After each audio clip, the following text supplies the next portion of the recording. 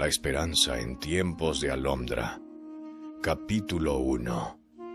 Aquella tarde de verano, en las vísperas de la fiesta del pueblo, Alejandro le llevó la noticia de la tragedia a Alondra, y antes que sus pulmones se le llenaran de aire para lanzar el grito y que sus ojos se aguaran por el dolor que precipitadamente le llegaba a su alma, en un microsegundo sintió detener el tiempo y recordó las palabras temblorosas en unos decibeles elevados por el odio y el vacío de los celos. Nunca serás feliz, ni con él, ni con nadie. Volvía a escuchar las palabras con impetuoso estruendo, y su mente dibujaba una vez más la escena del cuerpo que caía del árbol de pitos paralelo a la ermita. Su amiga de infancia quedaba colgada frente a ella, y de una gran muchedumbre. ¡Meme ha muerto! Se tomó del cabello y parte de aquella melena le quedaba en unas frías manos, y como una loca gritaba recorriendo un ensombrecido patio, alborotando la paz de los perros y las gallinas, que, con la conmoción provocada con tal sorprendente noticia, se convertía en una escandalosa algarabía. Se encerró en un pequeño cuarto, le puso la tranca que su padre había elaborado para detener a la insurgencia de aquella época, y no salió por todo un día a pesar de los ruegos de sus padres, hermanos y amigos. No tuvo que cuestionarlo. Ella sabía con certeza que aquella noticia era la respuesta al puñado de malos presagios con los que se había puesto de pie aquel día. En la madrugada, el canto de las lechuzas y el aullar de los perros la habían despertado. Escuchó la tensión del cacaraquear de las gallinas y con un candil tristón se había hecho camino para espantar a los tacuacines.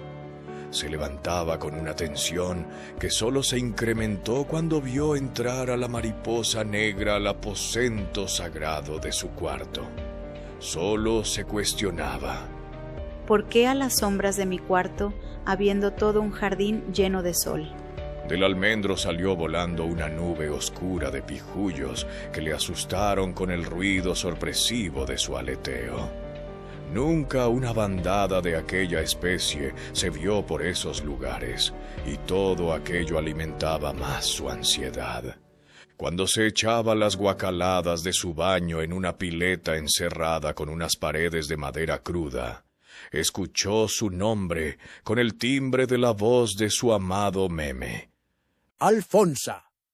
Escuchó que decía claramente 2 veces. Pensó que la espiaba desde el paterno que se elevaba majestuoso a la par de la pileta. Nadie la llamaba Alfonsa, desde el día que su padre la matriculaba al 1er grado en la única escuela de un pueblo cercano. Y don Jesús Alfonso Aguilar y Aguilar, un viejo chelón y muy corpulento, pero analfabeta como la mayoría de aquel poblado, descubría que el escriba del pueblo donde asentó a su primogénita se había equivocado con el nombre. Estaba tan furioso con aquel viejo que si lo hubiese podido resucitar de su tumba, lo hubiera estrangulado con sus propias manos. El nombre oficial de su querida hija se leía en aquel documento en letras de carta como María Alondra Aguilar y Aguilar. No con una N, como típicamente se escribe. Este estaba escrito con una M. Un par de meses atrás don Jesús Alfonso había asistido al entierro del escriba, que a sus 80 años ya era totalmente sordo y ciego. El llamado en la voz le sorprendía, pues desde esa época nadie la volvió a llamar Alfonsa.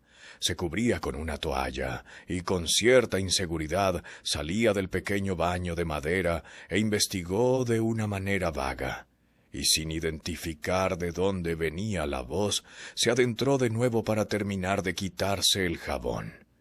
Intentaba no pensar en esos malos presagios, pero de repente su piel se erizó. Sintió una corriente eléctrica bajar desde su coronilla y recorrer su cuerpo hasta la punta de cada uno de los dedos gordos de sus pies y escuchó el tropel y el relinchar de una caballada. La tierra parecía temblar y cuando todo quedó en silencio, recordó el sueño. En el sueño se vio a ella misma en el río, que muchas veces visitaba en ese afán de lavar no solamente sus trapos, pero también los del resto de su familia. Mientras lavaba sobre las piedras, el caballo de su amado Meme apareció solitario. Le llamó por su nombre para poderlo retener, pero éste salió caminando entre los arbustos de una espesa maleza hasta verlo desaparecer. En su sueño se preguntaba el por qué el equino no se había ido por los caminos ya trazados y familiares para todos los humanos y las bestias de carga. Sentía una enorme tristeza cuando lo veía desaparecer a solas. Aquella tarde de la tragedia, en vísperas de las fiestas del pueblo, Francisco Manuel Linares Concepción, mejor conocido en el pueblo como Meme, practicaba junto a su amigo Alejandro lo que era tradición y un gran entretenimiento de la fiesta, las carreras de cinta. Habían ocupado el alambre donde secaban la ropa, lo habían elevado, y ambos hacían pase una y otra vez en ese afán de enganchar la argolla con un lápiz, empujados por la velocidad bestial de sus caballos. Y aunque ambos eran jinetes desde su niñez, de repente Meme había caído sin que pareciera que fuese algo para preocuparse. Alejandro le fue a asistir al ver que no respondía a su llamado, y cuando lo levantaba, éste sangraba a través de sus fosas nasales y su boca. No lo pudo levantar, y afligido se fue en busca del padre de Meme. Y cuando regresaron, Meme ya no respiraba. La Esperanza era un pueblo muy alejado del mundo moderno. No había electricidad, no contaban con escuela o servicios de salud, y sí sus pobladores lo bautizaron con aquel sencillo y seductor nombre. Era porque tenía tierras muy fértiles, una flora tan diversa que era imposible morirse de hambre en ese lugar. Se podían ver las siembras del frijol y maíz prosperar y se daban unos tulares que era la materia prima para elaborar los petates, y en este pequeño paraíso de un país tan pobre, se nacía en un petate y al final de nuestros días se iba al sueño eterno envuelto en el tule de esta tierra. Como típico pueblo de esos días de la década de los años 40, sucesos como la muerte de Francisco Manuel Linares Concepción a sus 22 años se decoraban con el folclor amarillento de nuestros pueblos, y la muerte de un conocido y querido Meme pasaba a formar parte del inicio de esa maldición en el conjuro de Tina cuando se colgaba del palo de pitos. Nunca serás feliz, ni con él, ni con nadie. Eso comenzaron a decir todos, pues era una enorme casualidad que a solo una semana para la boda entre ambos enamorados apareciera la muerte tan repentina. La niña Chepita, la curandera del pueblo, maestra en males de ojo, empachos y con una vasta experiencia de los males del amor, nunca podría haberse dado cuenta del aneurisma cerebral que había cegado la vida del muchacho. Pero ella no dudó en afirmar. «Es simplemente la venganza de la Tina», dijo con su voz gangosa. Capítulo número 2. Anastasia Martina Joaquín Vivas había dejado marcado al pueblo de la Esperanza. Nadie en la corta historia de este poblado recordaba un suceso más dramático que el suicidio de la muchacha de solo 17 años. Habían sucedido algunas otras tragedias, las cuales eran siempre empujadas por la chicha o el chaparro. sucesos que de alguna manera se podían conjeturar por los indicios de la mala leche que algunos creaban. Pero la tragedia de Tina, ni sus más cercanos amigos ni familiares la vieron venir.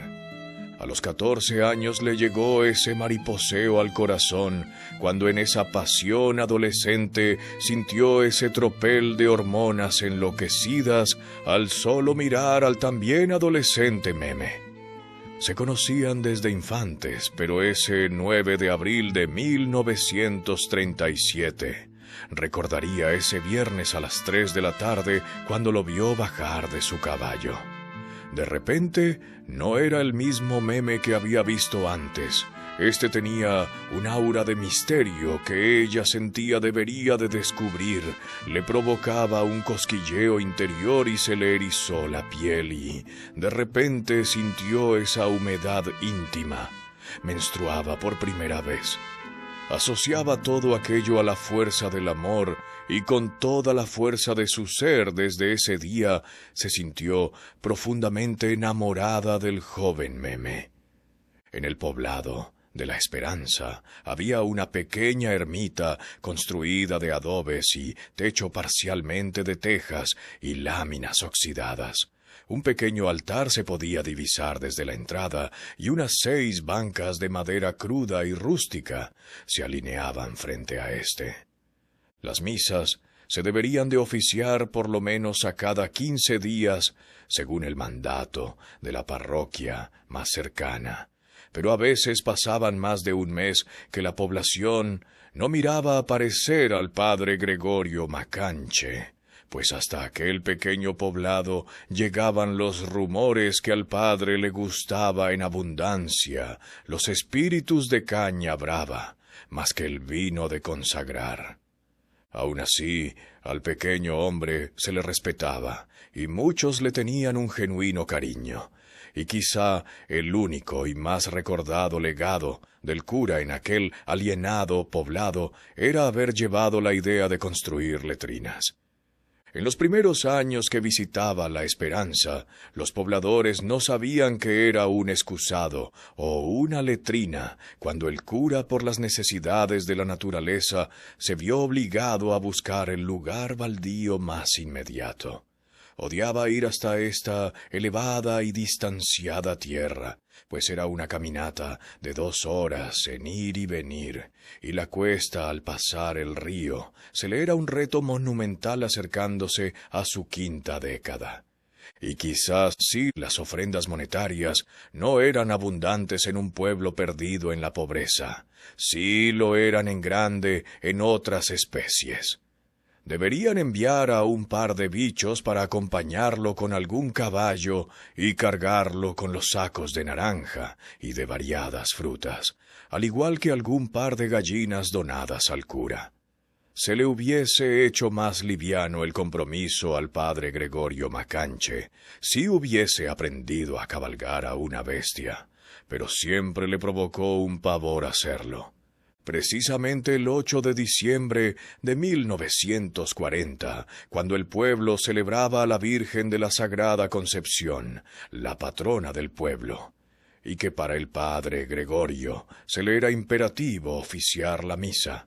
Lo único que no dijo en latín fueron las amonestaciones en el anuncio de la boda entre Meme y Alondra. Anuncio que para una joven, Anastasia Martina Joaquín Vivas, fue como un dardo en el corazón. Por 3 años vivió esa fantasía de sentirse novia del apuesto joven Meme, y aunque algunas veces se le insinuó en ese transcurso del tiempo, Meme solo tenía ojos para la espigada Alondra. En un pueblo como lo era La Esperanza, las noticias y rumores internos de esta tierra estaban a la orden del día, y a Tina le cayó como un balde de agua fría, pues nunca supo del noviazgo entre ellos. Sintió un enorme desprecio y odio por Alondra, y Tina se dejó hundir en el vacío funesto de la depresión. Dejó de comer, de comunicarse con el mundo, y en ese mismo mes previo a las vísperas de Navidad saltó a la otra vida desde el palo de pitos. por aquella conmoción provocada por el único suicidio en la historia del poblado y porque Tina se había dirigido a Alondra al decir sus últimas palabras maldiciéndola, la boda se había pospuesto para 11 meses después. Ahora, en otro mes de diciembre de 1941, repentinamente aquel amor guardado de Anastasia, Martina, Joaquín Vivas, también se le unía a ese misterio, a una nueva dimensión de espacio y tiempo.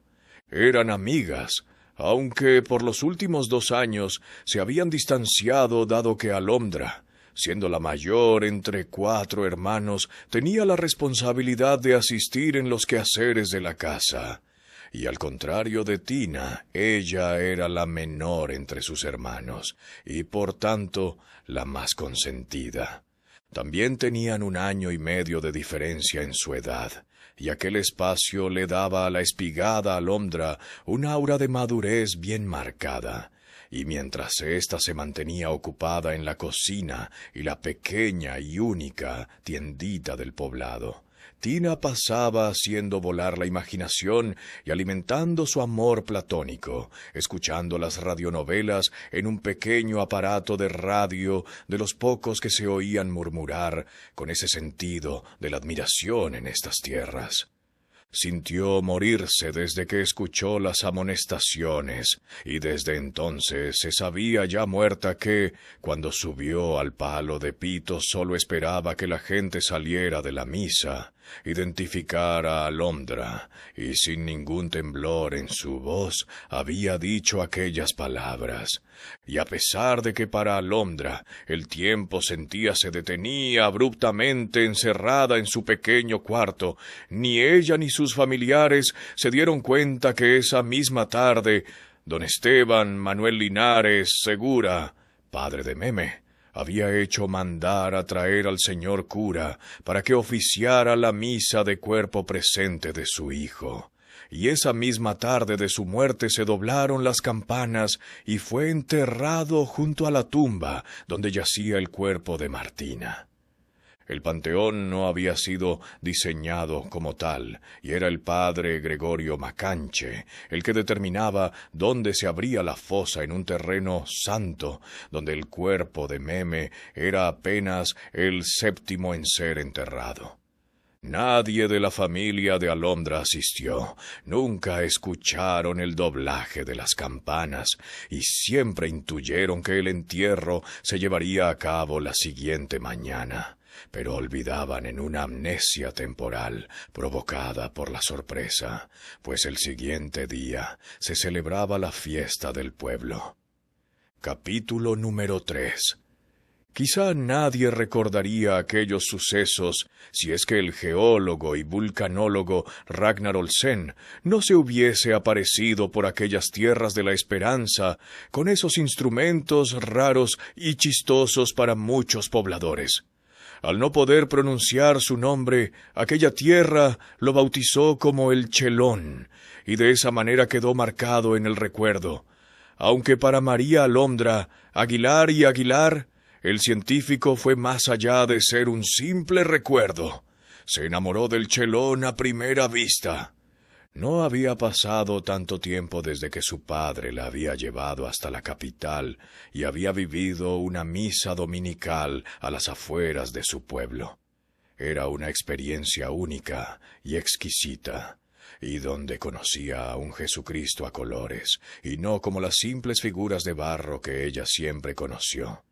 Aquel Cristo era de piel blanca, cabello amarillento como las mazorcas del maíz, y sorprendentemente sus ojos eran tan azules como la inmensidad del cielo. La imagen estampada en cuadros y estatuas se quedaban tan grabadas en su memoria que el día que vio aparecer al geólogo y vulcanólogo Ragnar Olsen, pensó que Jesucristo había bajado de los cielos. Él estaba sudando cuando entró a la pequeña tienda y le preguntó con un español raro para María Alondra: Señorita, busco al señor Jesús Alfonso Aguilar y Aguilar. ¿Él vive aquí? Sí. ¿Quién le busca? Mi nombre es Ragnar Olsen y dígale que me envía el padre Gregorio Macanche. Ciertamente pensó en un momento que diría era Jesucristo, y en milésimas de segundos deseaba que no se tratara de ese Dios que había venerado y alabado, pues en ese mismo instante hizo a un lado el luto de 5 años y se perdía en esos ojos azules que le hacían vibrar de nuevo sus entrañas y su vida. Estaba vulnerable a los pies de este foráneo. Ragnar Olsen tenía como agenda medir los cerros de aquella tierra jorobada.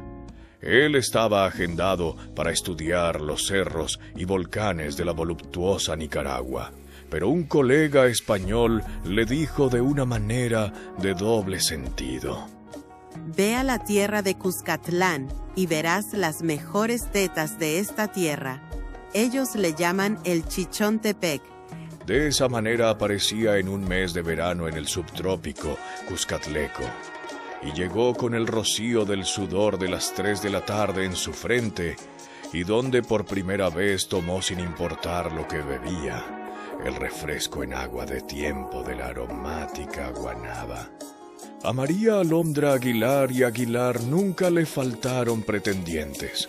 El luto lo había guardado con un amor profundo y genuino al hombre aquel con el que se había comprometido. Siempre se le vio ir a la ermita con sus vestidos blancos o negros, pero siempre con el velo del color del carbón. Nadie en La Esperanza podría haber reprochado su comportamiento por aquellos años que incluso los padres de Memé la incentivaban para que diera aquel paso. Uno de aquellos pretendientes indeseados era el mal encarado Ovidio Guillén. Tenía pinta de matón y de asesino, pero la verdad que lo de matón se quedaba a la duda, pues era flaco, desnutrido y de poca altura, aunque lo de asesino era del conocimiento popular. Su familia no era originaria de aquellas tierras verdes y jorobadas. Aquella tierra de La Esperanza se prestaba para esto. Era esa tierra donde muchos podrían empezar a labrar una nueva vida clandestina. No había autoridad, no había leyes, y quizá las únicas leyes impuestas por aquellos días eran las de la familia Guillén. Ovidio Guillén no se había traspasado ante el magnetismo endiablado que le provocaba la espigada María Alondra, y era por una simple razón. A pesar del poderío de su machete, o como él diría en esa época, mi sanpedrano, nunca tuvo el valor para traspasar esas barreras familiares que afortunadamente eran un límite religiosamente respetable. Y es que el señor Jesús Alfonso Aguilar y Aguilar era el padrino de su hermano menor. De hecho, fue la razón, el por qué Ovidio siempre respetó la relación de Meme y Alondra. Una vez quedada soltera, volvió como en aquellos tiempos del epílogo de los años 30 a cantarle sus versos de amor y a ofrecerle las flores de su tierra. A María Alondra le provocaba un pavor, pero su miedo llegó con los años a ser controlable cuando entendía que a pesar de que el diablo de Ovidio Guillén, con toda su mala reputación, era un angelito sometido a las gracias de su belleza. Siempre que hacía algún desmán en su cantón, todo el pueblo iba en busca de Alondra, para que ésta le quitara el machete y lo llevase a su choza a dormir los malos espíritus que siempre le provocaba la chicha o el chaparro. Nunca fueron nada, pero Alondra siempre ejerció esa autoridad por sobre el más descarriado y encaprichado diablo de la familia Guillén. El científico Ragnar Olsen preveía una semana en aquellas tierras de las verdes y jorobadas esperanzas, pero aquella mirada café de la espigada muchacha le obligaba a agregar un día a su estadía. El padre Gregorio Macanche lo había recomendado con esta familia, y era por eso y sólo por eso que don Jesús Alfonso Aguilar y Aguilar le había acomodado en un cuartucho de su extensa casa. No había cama alguna, mas, sin embargo, estaba una hamaca colgada, la cual el extranjero parecido a Jesucristo intuyó la razón de aquel invento milenario. Dormía a placer en la frescura de aquel cuarto oscuro y sentía tímidamente la brisa en el vaivén de un infantil paseo, después de soportar los soles de atardeceres ardientes en la tierra de Cuscatlán. Siempre le dio curiosidad el aroma con el que despertaba cada mañana. Un lunes se despertaba con el olor intenso de los plátanos fritos. El martes le embriagaron las fritangas que desde la madrugada emanaban aquel olor de los chicharrones. El miércoles anocheció con el aroma del pan de maíz con dulce de atado. El jueves sucumbía a las delicias aromáticas del loroco. Y un viernes amaneció aterrado con el olor nauseabundo, cuando preparaban y secaban los guacales de morro. Se enamoró de la dulzura y aroma de esta tierra, pero más le enamoraba esa mirada de ojos café que divisó en la morena y espigada alondra. Cuando la familia Aguilar y Aguilar pensaban despedirlo en un domingo soleado, el chelón le decía a don Jesús Alfonso con su español raro: «Sabe mi señor, me gusta su tierra y he decidido quedarme». Capítulo número 4. El chelón Ragnar Olsen había nacido en la capital cultural de Noruega, Trondheim. Desde joven le entró una enorme curiosidad por los estudios geográficos y geológicos, lo que le había dado la oportunidad de viajar por el mundo, donde tuvo una estadía prolongada en Madrid, y era por eso de que hablaba un castellano muy diferente del regional de aquel pueblo cuscatleco. Quizá hablaba mejor el idioma local que los nativos, pero su fonética de la madre patria era una pequeña barrera que le tomó un par de meses en sobrellevarla. Nunca se había bajado al trópico, siempre estuvo en esos paralelos del norte. Había vivido en Vancouver, Canadá, y en Anchorage, una pequeña ciudad en crecimiento en el estado de Alaska, en Estados Unidos, y en todo aquello, en esos impulsos de su investigación geológica, fue que, por suerte, lo había alejado de las llamas infernales de lo que se había convertido la Europa. La esperanza estaba tan alejado de todo aquello, pues la gente en los años 40 apenas se daba cuenta del levantamiento insurgente en su propio país una década atrás. Cuando Ragnar Olsen les hablaba de la guerra, del poderío nazi, y el americano a los locales les parecía un cuento de la ficción. En la esperanza apenas se estaban ensanchando los caminos serpentinos para que pudiese pasar una carreta alada por las bestias. Era un mundo mucho más lento. El reloj todavía era de arena y en muchas ocasiones quedaba atorado. Mágicamente no se movía el tiempo. El día que llegó, forzadamente, debía de dejar un pequeño vehículo de carga al otro lado del río, pues desde ahí se miraba la pendiente inclinada y donde hasta las bestias de carga tenían dificultad en subir. Recordaba las instrucciones del padre Gregorio Macanche, quien le había dado las instrucciones precisas como un retrato de esa memoria, que sin ser privilegiada lograba rescatar el recuerdo del sacrificio, y que, según él, debería de alguna forma encontrar la gracia de Dios el día de su juicio. Le dio de referencia la cuesta serpentina, el paso por los izotes y los cercos de alambre, el paso por el cementerio que todavía parecía un terreno baldío. Ahí debería de ver un enorme árbol de mangos y solamente 7 cruces. Él había oficiado las misas de cuerpo presente de 6, menos de la que se había colgado en el palo de pitos. Le dijo que llegaría a la ermita y que reconocería aquella sorprendente estructura por la cruz de madera frente a ella. Le dijo que desde ahí la casa de don Jesús Alfonso Aguilar y Aguilar estaba cerca, que la reconocería porque quedaba en la división de 2 caminos, y el viejo cura le agregaba que la casa quedaba en lo que la gente, por esta tierra, le llamaban la Tijera, y es la única tienda que existe en ese poblado. El chelón, a pesar de ser de tierras gélidas, rápidamente se adaptaba a la sauna cuscatleca. Era de cuerpo alargado, pero con espalda ancha, tan ancha que debería entrar de lado por aquellas reducidas puertas. Desde que apareció se le vio con un sombrero de paja y alas de pijullo, siempre sonrojado y limpiándose el sudor con una pequeña toalla que acostumbró a llevar colgada en uno de sus bolsillos. Su rostro de beato se magnificaba con su barba recortada y casi rojiza al contraste de sus ojos profundamente azules. Jamás se había visto hombre así caminar por aquellas tierras, y obviamente fue el centro de atracción entre un poblado de aborígenes y mestizos. Y cuando el espigado chelón le comunicaba a don Jesús Alfonso Aguilar y Aguilar que se quedaría por aquellas tierras, éste le cuestionaba cuáles eran sus motivos para tal sorprendente decisión. Su hija.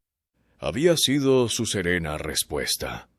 Don Jesús Alfonso Aguilar y Aguilar no tenía inconveniente alguno con las pretensiones del muchacho extranjero, y su única duda era que desconocía su procedencia, pero éstas encontraban sosiego por la referencia del padre Gregorio Macanche.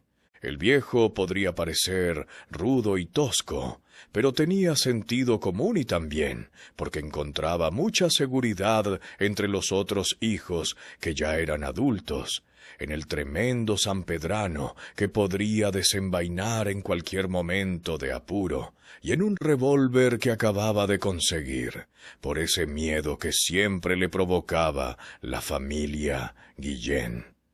Le siguió alquilando aquel cuartucho por algunas fichas de aquel Colón desaparecido y por unas cuantas más.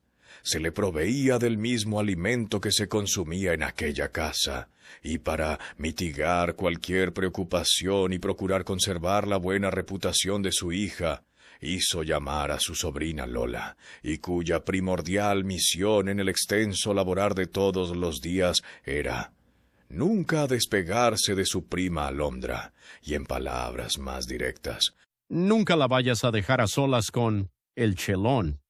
Había sido su más estricta orden. Conquistar el corazón de la muchacha no fue nada difícil para aquel ángel de genes caucásicos. Alondra, desde el primer segundo se sintió atraída por él, y aunque lo intentaba disimular, le provocaba un nerviosismo que le hacía enfriar las extremidades y sudar las gotas más frías que sintió recorrer por sobre su espalda. No sabía qué le gustaba más del muchacho, si su apariencia física o ese talento y carisma nato de cómo relataba sus aventuras y experiencias, o de esa manera serena y seria con la que le prestaba atención al escucharla. Le sorprendía como aquel hombre de esas tierras lejanas y Noruega debería estar muy lejos, porque Alondra nunca había escuchado de tal lugar. Se adaptase fácilmente a este ambiente de la campiña cuscatleca. Por medio del vikingo, Ragnar Olsen supo que existían muchas lenguas, y que aquel hombre hablaba una media docena de ellas.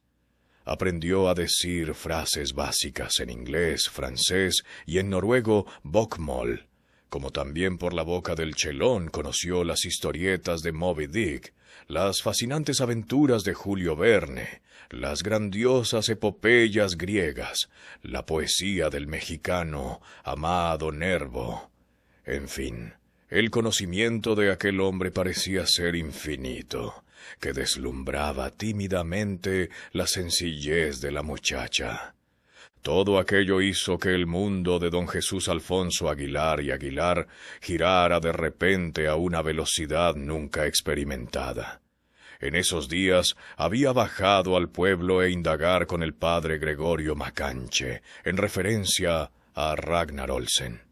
En su tercera visita en esos primeros 15 días, el padrecito se sorprendía, pues aquel viejo nunca se había asomado al pueblo a hacerle una visita desde que se hizo cargo de aquella parroquia. Viéndolo con esa ansiedad y esa intriga que se le asomaba por los vidrios de sus ojos, aquel día lo cuestionaba para, de alguna manera, liberarlo de las brumas de sus dudas. ¿Te preocupa el canche? ¿Qué? El chelón asistió. ¿Cómo no me voy a preocupar si no sabemos nada de él? Mira, por una semana se la ha pasado buscando piedras, escarbando con una pequeña piocha las paredes de la peña cerca del río. No es que busque oro o plata, busca entre todos solo piedras. ¿Cómo puede sobrevivir? ¿Cómo podrá proveer si algún día se casa con mi hija? ¿Ya son novios? No, todavía no, pero lo van a hacer. Puchica, Foncho. Vos sí que lo asustás a uno por nada. Mira a Aguilar y Aguilar. Tranquilo, tranquilo, mi hermano. Este hombre busca piedras porque ya ha encontrado el oro que siempre buscó. No te preocupes. Este baboso puede dormir cobijado en pisto si quiere. ¿Usted qué sabe? Mira, pasa por aquí. Y lo hizo pasar a la intimidad de su habitación. ¿Qué es eso? Este maletín pertenece a nuestro amigo Olsen, y adentro tiene un montón de pisto que ni vos, ni yo, veremos en toda nuestra vida. No te preocupes. Ya te lo dije. Este baboso busca piedras porque ya tiene oro suficiente. Nunca vio el interior del maletín, pero la palabra del padre Gregorio Macanche bastaba para de alguna manera mitigar sus ansiedades. Regresaba más calmado a la tierra de la esperanza, pero llevaba ya determinado que le pediría al chelón que tendría que abandonar su casa, pues ya la gente empezaba con los rumores de un supuesto noviazgo y de algunas conjeturas que podrían perjudicar la diáfana reputación de su querida hija. El mismo Jesús Alfonso Aguilar y Aguilar se había encargado de buscarle un lugar en el rancho de su padrino, el enigmático don Rufino Locadio Mora Aguilar. Era en sí un tío de segunda, pero desde niño siempre le llamó padrino. Capítulo número 5. El chelón no se inmutó o se sorprendió por la nota del viejo. La siguiente mañana tomó su mochila y se fue a buscar al enigmático señor Locadio. Aquel era un viejo en el camino del Génesis de su 7ª década, aunque parecía de 80. Sin más dientes que sus colmillos superiores, siempre se le miraba masticando entre sus encías un ardiente tabaco. No fumaba, y cuando conseguía un puro era simplemente para devorarlo. La gente siempre lo recordaría por aquellas constantes escupidas de color café y por las ironías bien marcadas del recuerdo de su vida. En cuando joven, siempre se le vio llevar a su rancho a mujeres maduras, las cuales nadie en la esperanza supo nunca de dónde venían. Y cuando ya viejo, lo divisaron siempre llevando del brazo a inocentes niñas. Todo el mundo sabía en aquella tierra que Conchita Segura siempre estuvo enamorada de aquel joven Locadio, que fueron novios hasta un día fijar una fecha para enlazarse en el matrimonio, pero había dejado a la mujer pendiente de él en su casa, pues ni siquiera llegó al altar de la humilde ermita, pues todos en esta tierra recordaban de la tremenda zumba que Rufino Locadio Mora Aguilar se puso por esos días. Hoy, 50 años después, don Locadio vivía con ese amor juvenil de su vida. Conchita no se lo reprochaba, a pesar de lo que contaban sus más allegados, quienes envidiaban a aquel viejo por las más de 200 mujeres que dicen que llevó hasta su petate. ¿Para qué reprocharlo? Sí, en esta tierra que siempre le dio esperanzas a Concha. Ella algún día deseó bautizarla como Soledad. A su 6ª década se reconciliaron y desde entonces contaban las mentes más degeneradas de aquel poblado que, El rancho de Bahareque de don Locadio retumbaba de pasión, y que no eran los chuchos quienes aullaban por la medianoche, sino que eran los dos viejos, saboreando aquel amor relegado, y que por sentirse tan solo ambos rescataron del olvido. Entró por un cerco flexible de alambre de púas y caminó paralelo en un caminito arenoso desde donde se podía ver el pequeño perímetro del cementerio. Nunca había visto a nadie cerca de las tumbas, pero en aquella mañana divisó lo que parecía ser desde la distancia a una mujer llevando un vestido floreado y con un cabello tan largo que le cubría toda la espalda. Se le hizo extraño la vehemencia y concentración al contemplar las tumbas, que ni siquiera se inmutó cuando Ragnar Olsen abría el cerco, ni como los chuchos de don Locadio había reaccionado cuando se adentró al pequeño cafetal. Por alguna razón le llamaba la atención lo que parecía ser una mujer, pero aunque la divisó de diferentes ángulos, nunca le pudo ver el rostro. Se acercó al rancho y don Locadio hacía con gritos y ademanes por controlar a su jauría. Se saludaron y don Locadio parecía haberlo estado esperando. Le mostró el cuartucho, que no era tan diferente al que había dejado. Y quizá la única diferencia era la majestuosa sombra y una impactante frescura que transmitía el cafetal, y al igual que el otro cuartucho se podía ver una hamaca colgando. Y mientras departían un café que la niña Conchita les había servido en unos guacalitos de morro, estos hacían plática en una forma de conocerse el uno al otro. Era una conversación donde se repetían las preguntas igual que las respuestas, pues el acento español del chelón y el sonido de soplos por falta de dientes de don Locadio les daba una expresión interdental a todas sus palabras que era difícil lograr entender a primeras. Platicaban mientras don Locadio le mostraba los árboles frutales de su rancho y a la vez se familiarizaba con sus 4 perros. Caminaron hasta donde se podían divisar las tumbas del cementerio, y el chelón había exclamado: «Ya no está la muchacha». «¿Cuál muchacha?» «Había una muchacha en el cementerio cuando entraba a su casa». «Quizá miraste a la tina. Hay veces que se sale de su tumba para contemplarla de meme». Obviamente Ragnar Olsen no entendió absolutamente nada de lo que hablaba don Locadio, y tuvieron que pasar algunos días para que la niña Conchita se sintiera libre ante el chelón, para contarle todas esas historietas de aquel pueblo.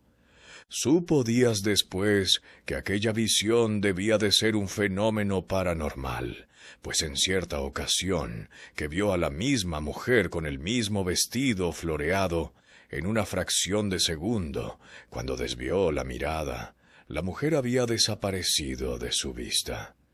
Para Ragnar Olsen aquella experiencia era un elemento mágico más de esta tierra.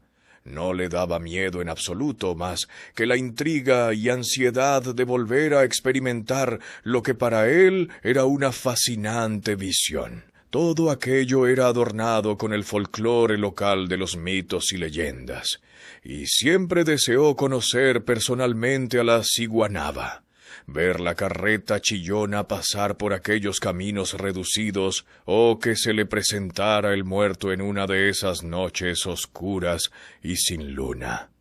La conquista se hizo más intensa desde que se había movido al rancho de don Locadio. Se aparecía por las mañanas a tomar el desayuno, pues se sostenía el acuerdo de tomar los alimentos en la casa de don Jesús Alfonso Aguilar y Aguilar.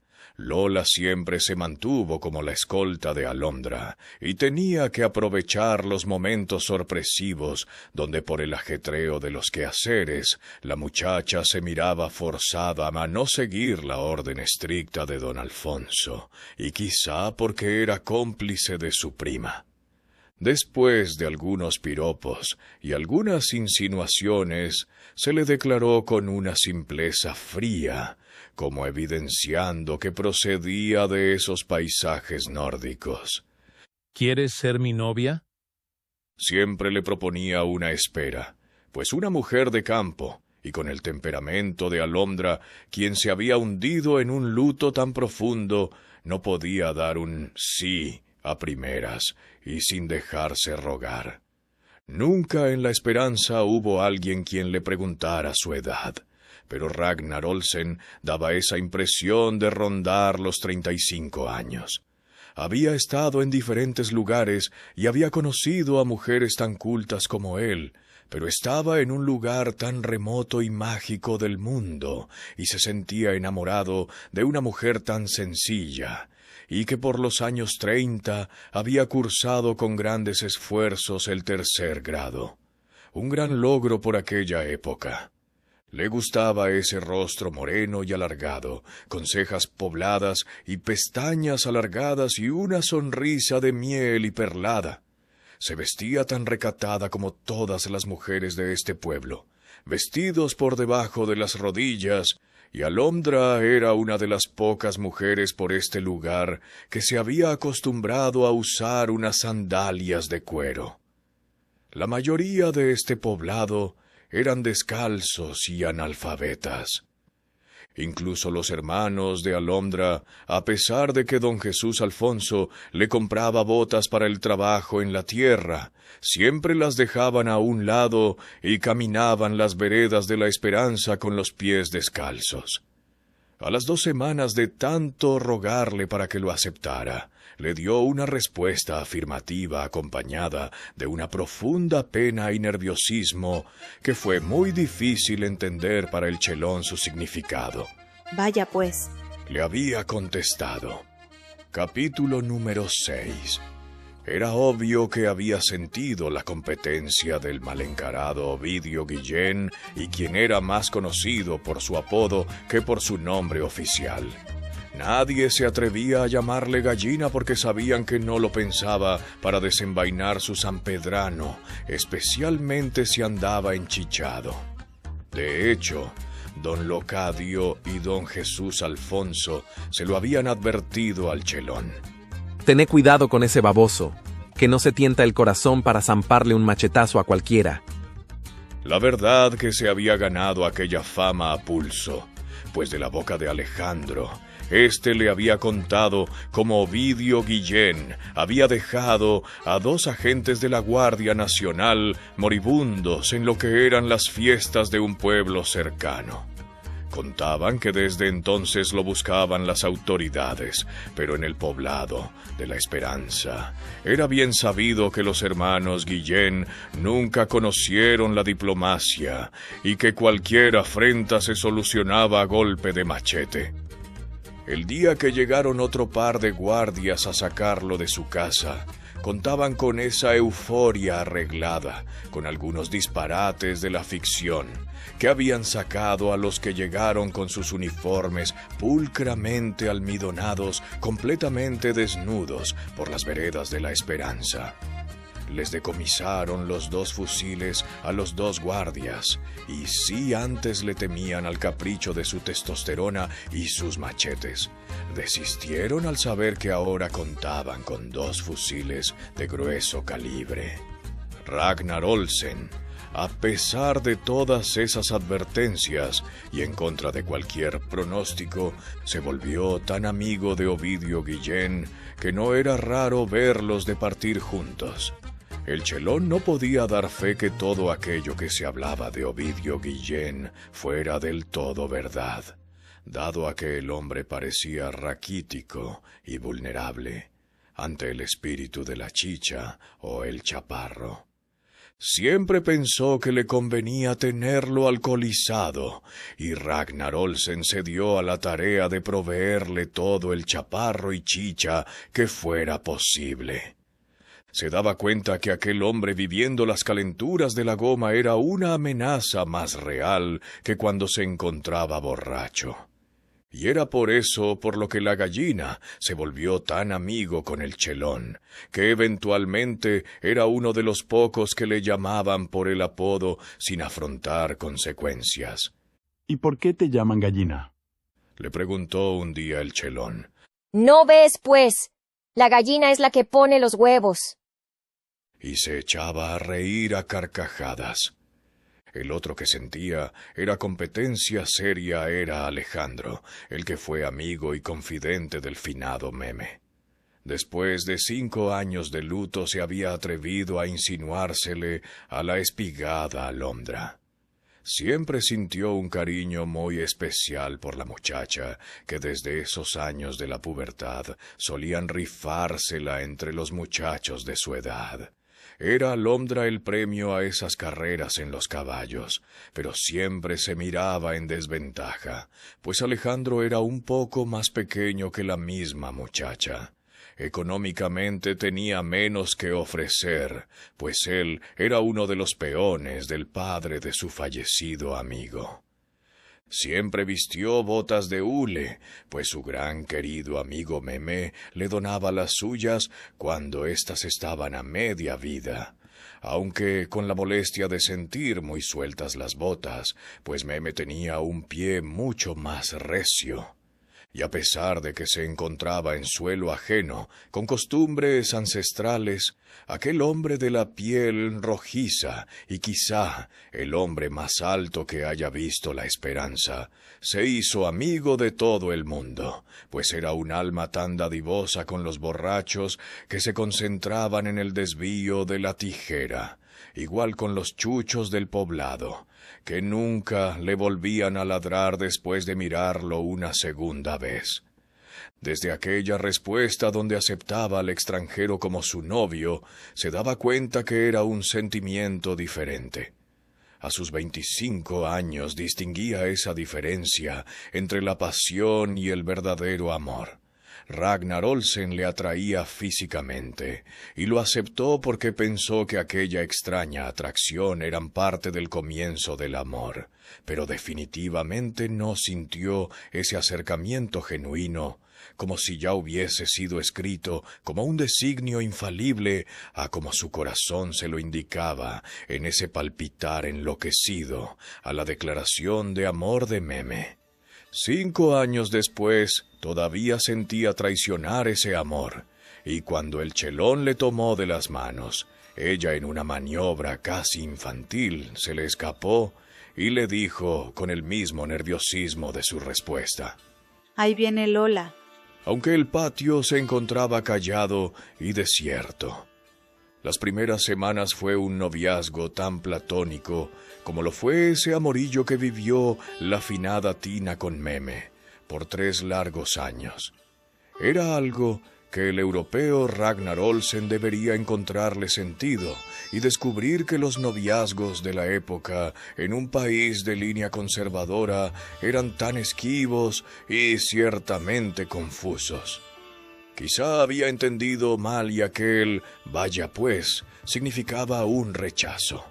Pero a ambos les gustaba el juego, el uno acechando y la otra esquivando, hasta ese sábado que la contraminó a la pileta y le dio un beso por sobre los labios, y entonces comprendió la confusión de sus sentimientos. Sintió que había besado a Jesucristo y había cometido un sacrilegio sin ni siquiera conocer tal palabra. Nadie entendió verdaderamente a qué se dedicaba el chelón, y ciertamente por aquellos días fue objeto de burlas al verlo con su pequeña piocha y pala, los cuales parecían juguetes, removiendo sedimentos y piedras. Sin proponérselo, la mayoría lo quiso intimidar con todos aquellos cuentos ancestrales y mitológicos, y los sorprendidos fueron ellos después de un análisis de la topografía y su contenido geológico. Estamos sobre un enorme volcán capaz de hacer desaparecer toda esta región. Quizá aquella corta nota fue la que muchos recordarían por cierto tiempo y la que provocó un temor generalizado y que el mismo Ragnar Olsen intentaba mitigar al explicar que todo aquello podría tomar algunos cientos de años y para un lugar donde el tiempo gira más lento, aquellos pronósticos sabían a años luz. Asimilaba muy bien y se ajustaba fácilmente a la cultura que en pocos días no afirmaba con un sí, más se le escuchaba decir cabal, asinita o vaya pues. Con las semanas entendía perfectamente las palabras sopladas del viejo Rufino Locadio Mora Aguilar y emulaba a la perfección la expresión de desagrado del viejo. A la pushka o puchica. Quería sentirse que pertenecía a esta tierra que por aquellos días olvidaba en la sauna subtropical de esos mediodías abrasadores que venía de esa tierra nórdica que la mayoría de las veces se miraba cubierta de un manto blanco. Al principio le costaba respirar el aire húmedo y silvestre, pero aquella molestia había desaparecido desde el momento que había visto a la espigada morena. Alondra. El viejo cura había intentado no reír de aquel sentimiento tan difuso del que la muchacha le hablaba en forma de una confesión informal.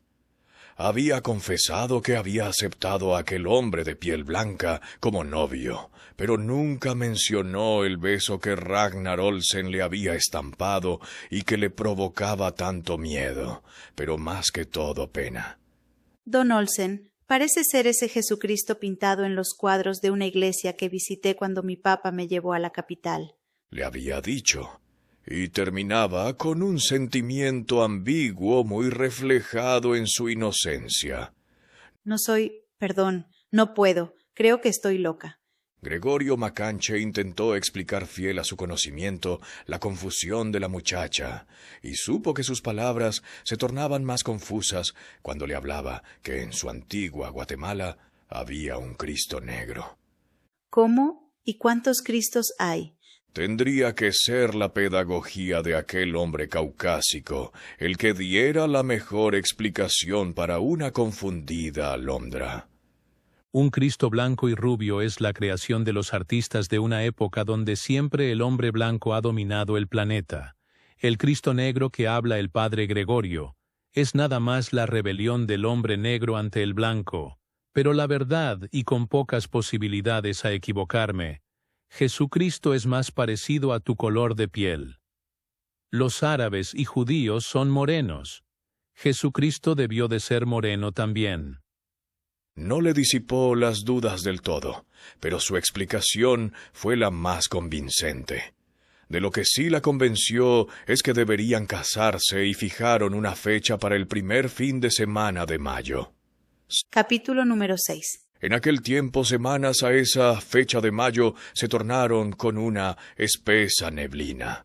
Las cortinas de las brumas eran tan anchas como las ansiedades de las dudas, y de repente apareció un mundo paralelo a través de sus sueños que muchas veces la llevó a confundir la realidad de la fantasía.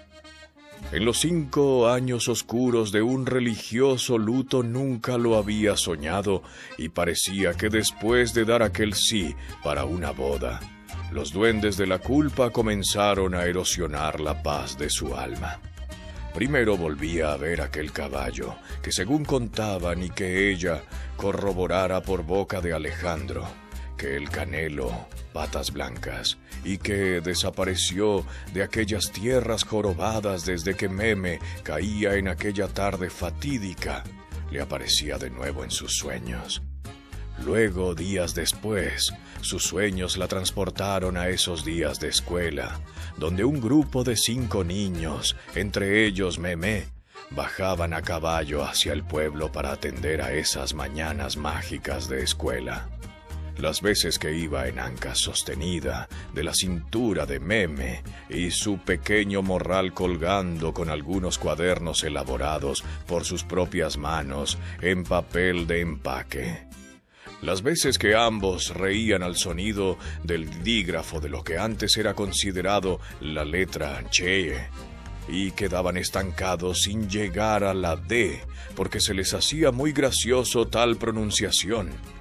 Todos aquellos días volvían a aparecer, y aunque tenían un efecto de buenos recuerdos, a Alondra le llevaban un sentido secundario de aflicción.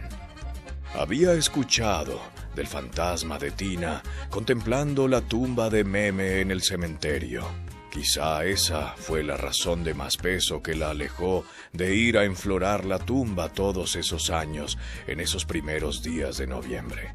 Había pedido disculpas a los padres de Memé por no haber estado presente en el entierro sorpresivo, y cuyo doblaje de campanas se vio opacado por el escándalo de los cohetes de las vísperas de las fiestas del pueblo, a pesar de que vivía inmediato a la ermita. En aquellos años también corroboraba ese enigma, fomentado por el candor popular de un terruño como la Esperanza. El palo de Pitos nunca más volvió a florecer Pitos. Sentía que los acontecimientos de aquel día procuraban estigmatizar su nombre, el cual ya el escriba ya muerto lo había estigmatizado al mal de letrearlo. Pero irónicamente era lo que más se parecía a la fonética de cómo la llamaba aquel pueblo, pues nunca la llamaron Alondra, y siempre su nombre en esta tierra había sonado a Alondra. No sólo era el oído del escriba, era la lengua de este pueblo. Y todo parecía oscurecer de repente en el despertar de una mañana, cuando volvía a ver de nuevo una bandada de pijullos que soltaron su vuelo escandaloso desde el almendro y el paterno. Ahí estaba. Alondra iba a darle lumbre a la hornilla cuando lo divisó de espaldas sentado en la misma banca de madera cruda donde estuvo sentado la última vez. Era una mezcla de miedo y curiosidad, pero Alondra no dio un paso atrás. Sabía que era Meme, o el fantasma de Meme, que reaccionaba a la noticia, que por esos momentos era sólo del conocimiento de su padre y hermanos. Por la sorpresa o por el miedo, no supo qué decir, y se quedó callada, y sólo vio cómo Meme se levantó. Caminó hacia los palos de morro donde había un cerco y salió como siempre lo hizo rumbo a su casa. Pensó que estaba en el trance de un sueño, pero reaccionó a la realidad cuando escuchó la voz de su prima Lola. Aquella experiencia se habría repetido en varias ocasiones y siempre sucedía temprano por las mañanas, cuando la espigada muchacha comenzaba con la rutina de atizar la hornilla. Nunca la volteaba a ver y ella nunca le dirigía una palabra.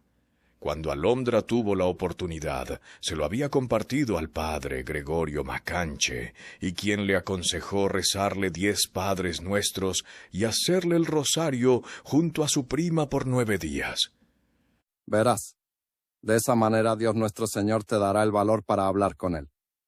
Si Él ha regresado es porque de seguro te quiere decir algo. Fue el consejo del viejo cura.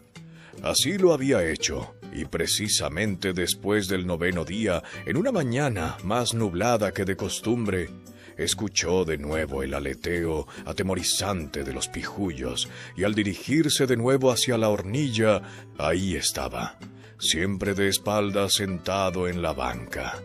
Esta vez tuvo el valor de hablarle. Meme, ¿me quieres decir algo? La pregunta se repitió 3 veces, y cada vez Alondra sintió que le faltaba el aire. No dijo nada, pero esta vez había volteado su cara hacia Alondra, y la muchacha pudo ver su rostro amarillento, emanando sangre por la boca y la nariz, así como Alejandro le había contado de aquellos sucesos. Tenía los ojos tristes y una barba y bigote descuidado que le hacían parecer había envejecido. Alondra ya no le dijo nada, y aquel hombre comenzó a caminar hacia los palos de morro donde estaba la salida de los cercos, y en ese momento venía entrando desde esa misma dirección Ragnar Olsen, con sus botas de cuero y sombrero de paja con alas de pijullo. Sintió alivio al verlo entrar, pero también le invadió la intriga de saber si el chelón había visto al fantasma de Meme salir. No se lo tuvo que preguntar. Ragnar Olsen le daba la respuesta. ¡Qué hombre más raro! ¿Lo has visto? ¿Qué le pasó? Va sangrando de la boca y nariz, y le he dicho, «Buenos días», y él solo me ha dicho, «Llévate a Alfonsa de aquí». ¿Quién es Alfonsa o quiso decir Alfonso? ¿Tu padre? Se había quedado muda y no quiso dar explicaciones. Pensó que sería en otro día el apropiado para contar toda aquella historia. Solo le hacían eco esas palabras que Ragnar Olsen había repetido. Capítulo número 8. Si al chelón le hubiesen dado potestad para nombrar aquella tierra, la hubiese bautizado como el paraíso. Se sentía en uno a pesar de todas esas inconveniencias que encontraba en ajustarse a este mundo subtropical. Le había puesto cara dura a la diarrea de los primeros días. Le hizo caso omiso a los zancudos y los telepates y, ese día que llegaba por el desayuno a casa de don Jesús Alfonso Aguilar, y Aguilar le llevaba la noticia a Alondra como un suceso, sin el sentido de la pena que un macho salvadoreño a toda costa hubiese evitado reconocer. «Tengo piojos», le dijo. Quizá la muchacha tuvo más pena que el propio Ragnar Olsen. ¿Qué diría la gente si se diera cuenta que tengo un novio piojoso? Reía a su cuestionamiento interno. La verdad que el chelón no los conocía, y había sido la niña Conchita quien con una vista aguda a sus 75 años los había divisado caminando en su sombrero de alas de pijullo. La verdad que estaba muy infestado, pues hasta en sus vellos púbicos encontró liendres. Le quiso rociar carburo en su melena rubia y peinarlo con las típicas peinetas finas para librarse de aquellos parásitos. Él la detuvo y le dijo, ¿crees que me puedes conseguir miel de abeja? ¿Miel de abeja? ¿Para qué? Para deshacerme de estos insectos. Miel de abeja. Sí, mi madre siempre ocupaba miel de abeja para espantar a cualquier bicho. Es lo que ocupaba para espantar a las cucarachas. ¿Cucarachas? ¿No las conoces? Son tan feos como los piojos, solo que son mucho más grandes. La verdad que en La Esperanza no existían las cucarachas y hasta el nombre Alondra le sonó cómico. Pero desde que el padrecito Gregorio Macanche introdujo las letrinas en este poblado, estas después de 5 años aparecieron y daba la casualidad de que fue para esos días que el extranjero aparecía por aquellas tierras. Años después, esta peste tenía su origen y quizá un injusto legado para toda la historia, que el chelón enhebraría junto a la gente de este pueblo. Con el futuro suegro siempre tuvo una buena relación. Por esos días le contaba que estaba haciendo trato para comprar media finca del viejo Rufino Locadio Mora Aguilar.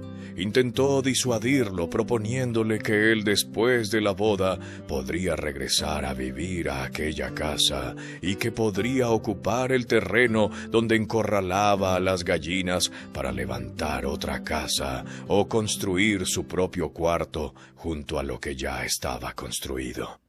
Le habló de los hermanos Guillén, que eran los que podrían elaborar los adobes, y de Chicho Joaquín, quien era el mejor ingeniero y arquitecto innato de aquellas tierras. Hablando con aquel viejo, quien era uno de los más reconocidos de La Esperanza, comenzaba a descubrir la sencillez y grandeza de esta gente. Gente laboriosa que a pesar de aquel grado de ignorancia que también descubría, no necesitaban saber mucho para sobrevivir en esta tierra.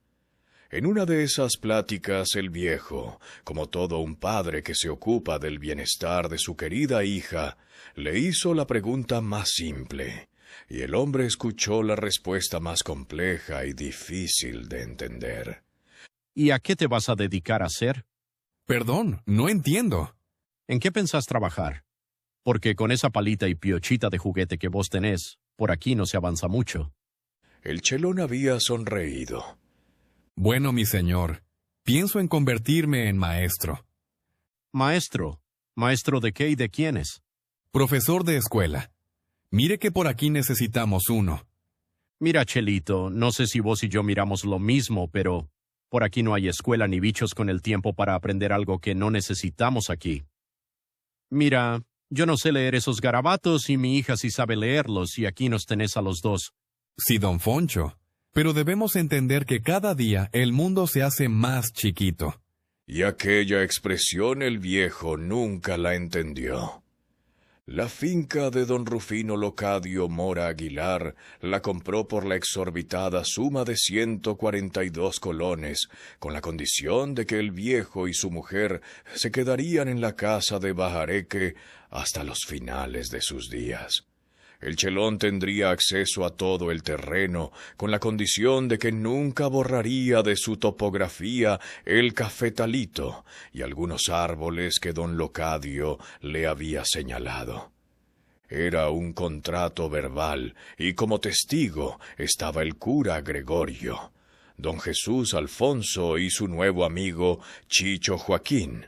De esta manera se efectuaban los contratos, pues no había títulos de propiedad, y los límites de cada terreno eran los imaginarios de los recuerdos ancestrales. En él visualizaba ver crecer a sus hijos y hacerse viejo junto a su alondra. Soñaba despierto e imaginaba a sus hijos morenos corriendo por el cafetal, subiendo a los árboles de paterno y de guayabos, o imaginando a una hija tan bella como su alondra, hacerse esas trenzas y que fueran ellos los que un día cerraran sus dos espejos azules al expirar la paz de su vida en una tierra como lo era de pacífica la esperanza. Siempre tuvo la esperanza de que algún día él podría motivar y cambiar la mentalidad de aquella gente y sentir esa satisfacción que le provocaba de cómo Alondra expresaba esa admiración y atracción al conocimiento, y siempre imaginó enseñar a leer y escribir a todo aquel pueblo, e incluso visualizaba que algún día la esperanza fueran multilingües, pues él les enseñaría a hablar su idioma natal, inglés, francés y un alemán quebrantado que aprendió de su padre. La idea le hacía feliz, y con Alondra y su prima Lola encontraba la recepción eufórica como cuando por primera vez éstas vieron el primer libro de sus vidas. Alondra había leído el título detenidamente: Cuentos de barro, Salarrué. Era una rutina religiosa sentarse todos los días bajo el fresco del almendro y escuchar leer aquellos sencillos cuentos que los hipnotizaban, sin poder sentir que ellos mismos eran los personajes de estas historietas. Ragnar Olsen así lo percibía y se sentía atraído por esa sencillez que se reflejaba en los ojos inocentes de esta gente, incluso sentía algunas ráfagas iracundas en contra de los españoles de cómo habían mancillado esta tierra. Alondra, con esa mirada fresca y oscura, iluminaba y daba vida al color de ese amor sublime que Ragnar Olsen descubría en ese rostro chapudo y labios delgados y rojizos como los pétalos de una rosa. Recordaba ese beso que le robó, el único que había probado de una boca temerosa, con ese rocío del sudor de las 4 de la tarde por encima de su labio superior, el cual le pareció deliciosamente sazonado por la sal de esta tierra, y el cual le mantenía cautivo sin sentir esa nostalgia de los labios gélidos de las mujeres de la nieve. Una de esas tardes que leían aquellos cuentos, Alondra le preguntó qué era todo aquello blanco que se miraba en una fotografía en blanco y negro, donde Ragnar Olsen le mostraba quién era su madre. «Es nieve», le dijo. Hasta ese momento Alondra no sabía qué era la nieve y no sabía cómo se miraba y se sentía el hielo. En la tierra de Cuscatlán el agua o el refresco de horchata se sentía fresca gracias a las sombras y a los guacales de morro. Los ríos donde parecía corrían agua fría para los locales, para Ragnar eran aguas termales, y nunca lo vieron con una chumpa o suéter en esos días de invierno que compartió con todos ellos. En su vehículo de carga que dejaba al otro lado del río, y ahora en cuidado en una casa cerca de aquel camino fluvial, se llevó a la familia de Alondra a la capital para que conocieran el hielo, que vieran lo que era un televisor, y por primera vez Alondra conocía el lago de Ilopango, el cual confundió con el mar. Alondra se sentía estar en un sueño. Todo aquello era una fantasía, pero lo mismo para Ragnar. Aquel mundo, igual a los cuentos de Salarrué, eran una ficción. El mismo mundo en ambos extremos que se consolidaban para hacer una utopía en ambas mentes. Alondra sintió una inmensa pena cuando Ragnar Olsen, en una de esas tardes, se desembolsó un manojo de billetes con las instrucciones que se comprara los mejores vestidos y zapatos para el día de su boda. No era su costumbre, y ella se lo dejó saber. No lo puedo aceptar, y esto es mucho pisto para una boda. Ragnar la convenció que retuviera aquel dinero, y que él se haría cargo de buscar los músicos y de preparar algunos aspectos de la fiesta, y que ella buscara ayuda para las cosas de la cocina, que ella y su familia sabrían mejor qué hacer para tal evento.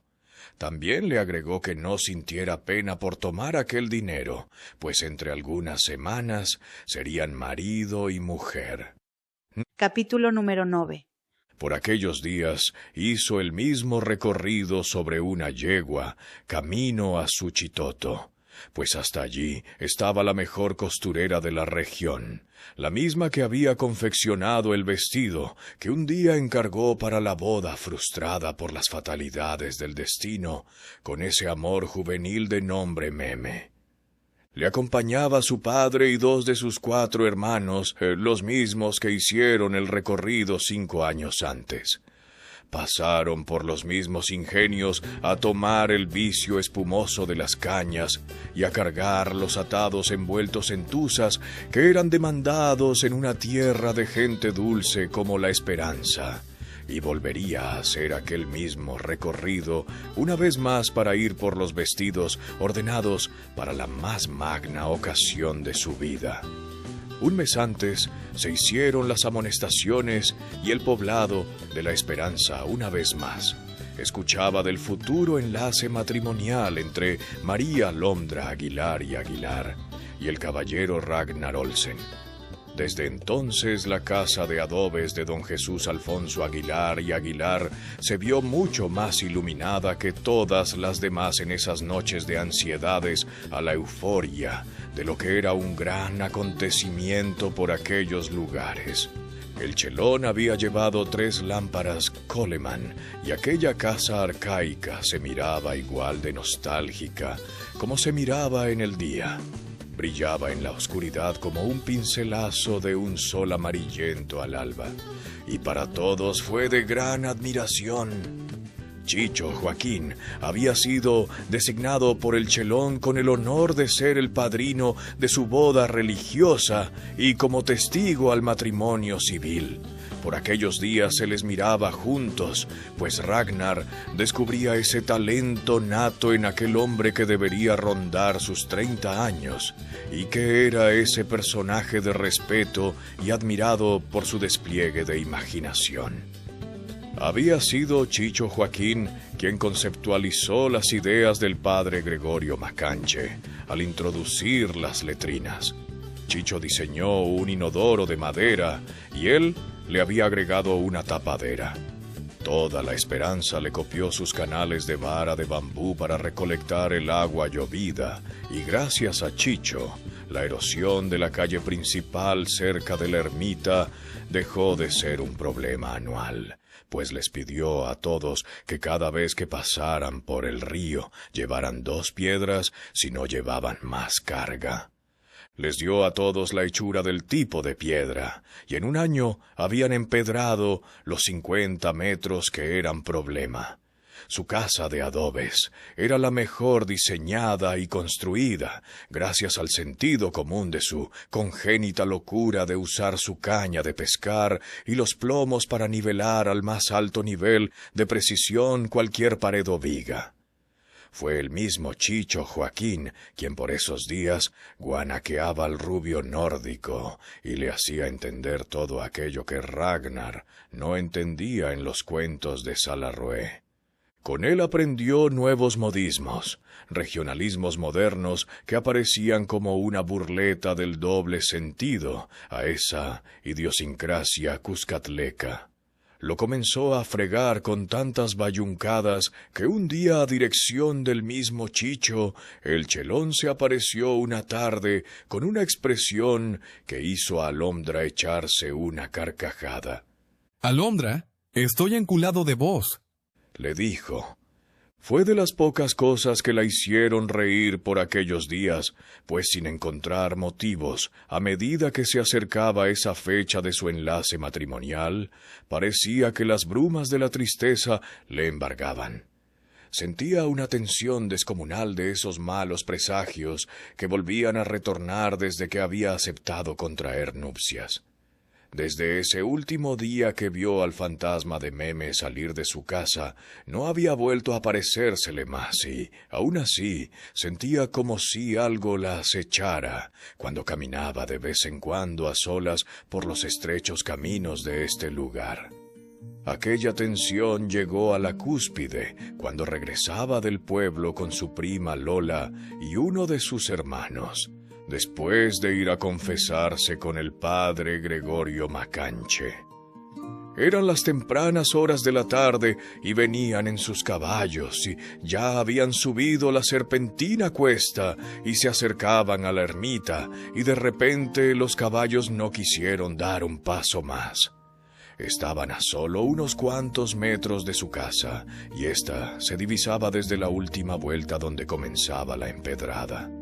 Alondra y Lola se bajaron de sus caballos y emprendieron caminando, dejando a su hermano a que se ocupara de las bestias. En el momento no tenía nada en su mente y solo le apresuraba todo el trabajo que tenía en su casa.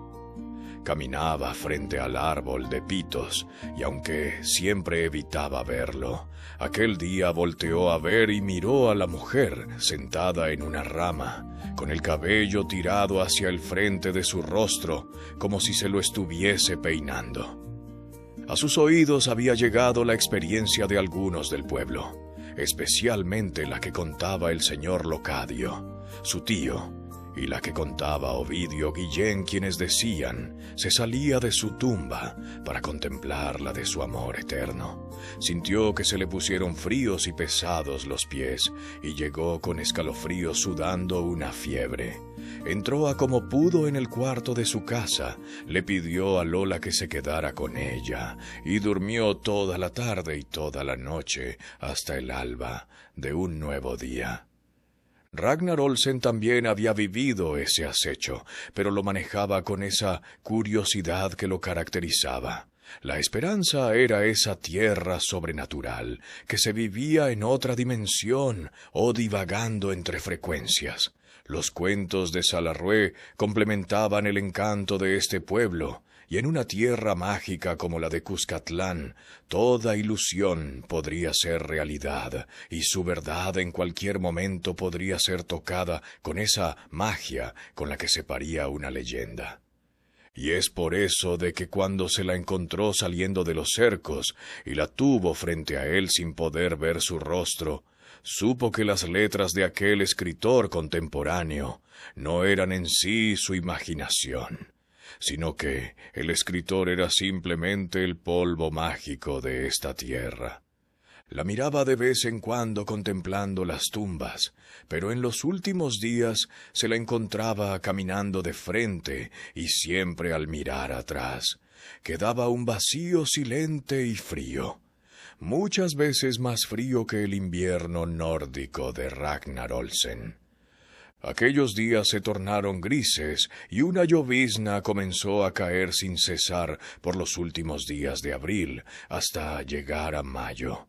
Se presagiaba un temporal que bien podría afectar aquella fecha de su boda, pero ya se había fijado una fecha en las amonestaciones. Amigos y familiares habían sido invitados, y aquel temporal no iba a obligarlo a posponer todo.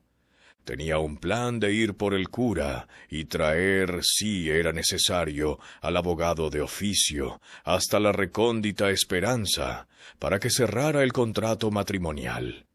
Ocupado en ese pensar estaba en esos días cuando le sorprende con sus palabras la niña Conchita al decirle: «Tenés valor, Michelito. Mira que casarte con la alondra si hay que tenerlos bien puestos». ¿De qué habla niña Concha? No le entiendo. Pues por ahí que dicen que el que se quiera casar con esa cipota, primero le sale la huesuda antes de llegar al altar. No lo había entendido muy bien, pues al igual que don Locadio, la señora Conchita no tenía dientes, y las palabras le salían casi sopladas, y aunque estaba en ese proceso de aprendizaje cultural, no asociaba el figurativo de la huesuda con un presagio a la muerte. Rió cuando Ovidio Guillén se lo explicaba con esa emoción empujada por la chicha, y entre palabras quebrantadas le decía: «¡Uta michero! Yo por esa yegua también me moría». ¿Morirse por quién? Pues por la alondra. Por ahí dicen que el que se quiera casar con alondrita se va pa'l hoyo. Vos no te preocupes, que yo te la cuido, Michelón. Todo aquello le parecía cómico al noruego Ragnar Olsen, pero el día que lo vieron bajar para el pueblo para confesarse con el padre Gregorio Macanche y estar listo para la esperada ceremonia de su boda, fue el último día que lo vieron respirando el aire silvestre de la tierra en la que quería sembrar sus sueños. Lo encontraron muerto 2 kilómetros abajo del cruce, arrastrado por el río. Capítulo número 10. La conmoción de aquella noticia comenzó después de todos esos días nublados y que finalmente la borrasca infernal de la última noche escampara. Tendría que regresar esa misma tarde, pues con Chicho Joaquín, intuyendo que el tiempo no mejoraba, habían acordado en comenzar a hacer una enramada para ese gran día de la fiesta. Chicho llegó cuando el sol estaba sobre él y se admiraba que el chelón, quien era el único hombre con un reloj que siempre se le miraba llevar colgado en su portacincho, no apareció en toda aquella tarde. El siguiente día Chuy, el hermano de Alondra, se daba a la tarea de ir a buscarlo al pueblo e indagar con el padre Gregorio Macanche. Encontró la respuesta menos esperada, pues al igual el padre estaba sorprendido por la falta de seriedad de un hombre como lo era de responsable Ragnar Olsen.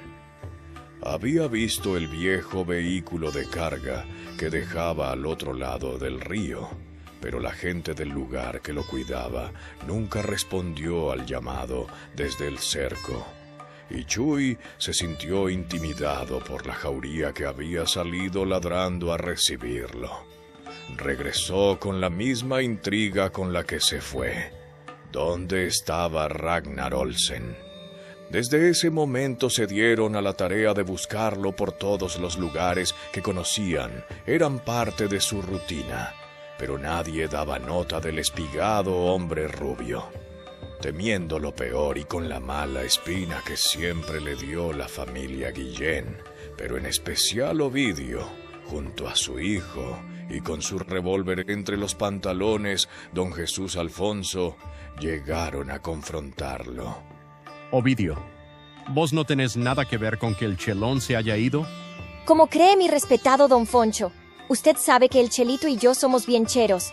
Desde que Chuy vino a buscarlo me he dado la vuelta por allí para ver si doy con él, y nadie lo ha ojeado. Sé que en el fondo no te caía muy bien el chele, por eso te pregunto. ¿Qué va, don Foncho? Usted sabe que el chelón es un alma de Dios, y por aquí usted sabe que se le quiere. Aquí ni los chuchos le ladraban a ese baboso. Era la verdad. Don Foncho no sabía que era Ragnar Olsen quien había pagado la chicha y el chaparro de los últimos meses, y no permitir que Ovidio Guillén atravesara esos límites de la odiosa goma que lo convertía en un demonio. Nadie daba razón de Ragnar, pero Alondra, desde esa mañana que todos comenzaron a buscarlo, supo que sus presentimientos se harían realidad, pues venía viviendo la misma incertidumbre y malos presagios de 5 años atrás. Nunca imaginó, le pasó por la cabeza que el hombre huyera para evitar aquel compromiso. Aunque, de alguna manera, deseaba esto último, a saber que algo malo le había pasado al hombre que de alguna manera le llegó a cambiar la perspectiva de la vida. Se mantuvo retraída en su cuarto y solo miraba el vestido blanco enmudecida. A las 3 de la tarde de ese día llegaron los cipotes con la noticia. Los niños lo habían encontrado flotando donde se empozaban las aguas 2 kilómetros del cruce, para llegar a la Esperanza. No hubo testigo alguno de lo que ocurrió, pero todo hacía sospechar que Ragnar Olsen subestimó las corrientes del río que debido a la lluvia de los últimos días se habían acrecentado. El padre Gregorio Macanche fue avisado y se apareció junto al juez de paz del pueblo y se hizo cargo de los trámites, decidiendo en enterrarlo en un cementerio de San Salvador, anticipando que si algún día alguien de su familia aparecía, no tendrían que ir a visitar una tumba a un lugar tan remoto como era esta tierra en ese entonces. Nuevamente, nunca vio el cuerpo. No había asistido a su entierro. Y cuando los cipotes entraron a dar la noticia a don Jesús Alfonso Aguilar y ella lo escuchaba a la distancia, tomó el vestido blanco recién confeccionado y con sus propias manos lo hizo pedazos y se echó a llorar. Al igual que 5 años antes, nadie logró convencerla a salir por los siguientes 2 días de su cuarto. Desde entonces pareció envolverse en un espíritu anacoreta. Desde entonces muy poca gente la vio sonreír y sabía que sería señalada con algún sinónimo de la maldición por toda la gente de su pueblo, pues verdaderamente así se comenzó a sentir. Los recuerdos de Meme y el chelón seguían ahí. Los tenía siempre en la mente y de repente los soñaba en la catalepsia de la noche o en esos momentos que su mente divagaba en el recuerdo. 2 besos de Manuel y 1 de Ragnar Olsen.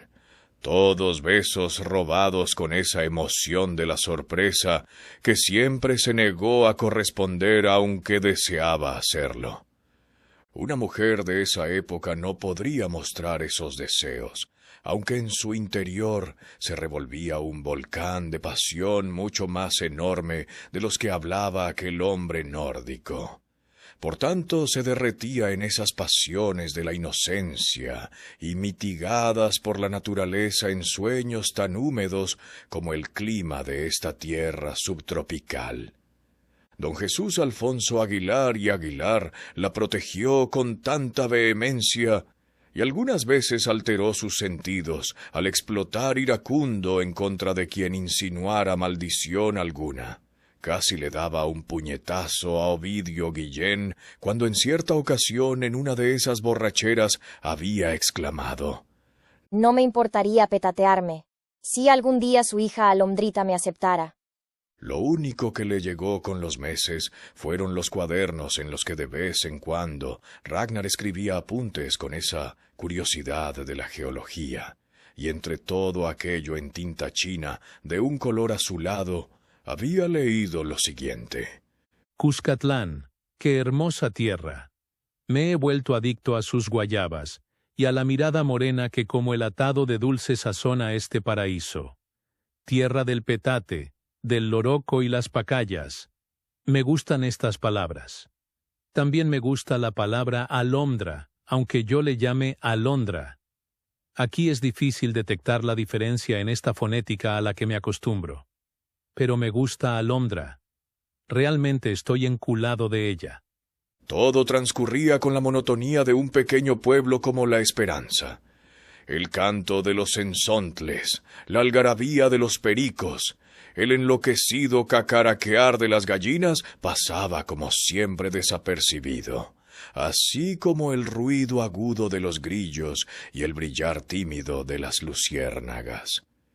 En La Esperanza no había tantas conmociones y las grandes notas trágicas en el recuerdo habían sido la muerte de Tina, Memé y el Chele Ragnar Olsen.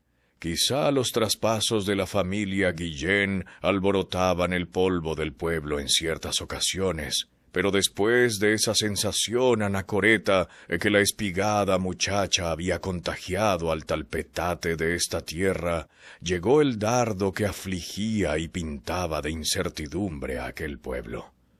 Una tarde como cualquier otra, después de vivir por 18 meses los ritos de otro luto, María Alondra Aguilar y Aguilar desapareció en La Esperanza y dejaba atrás esa bruma de oscuridad y angustia. Había desaparecido.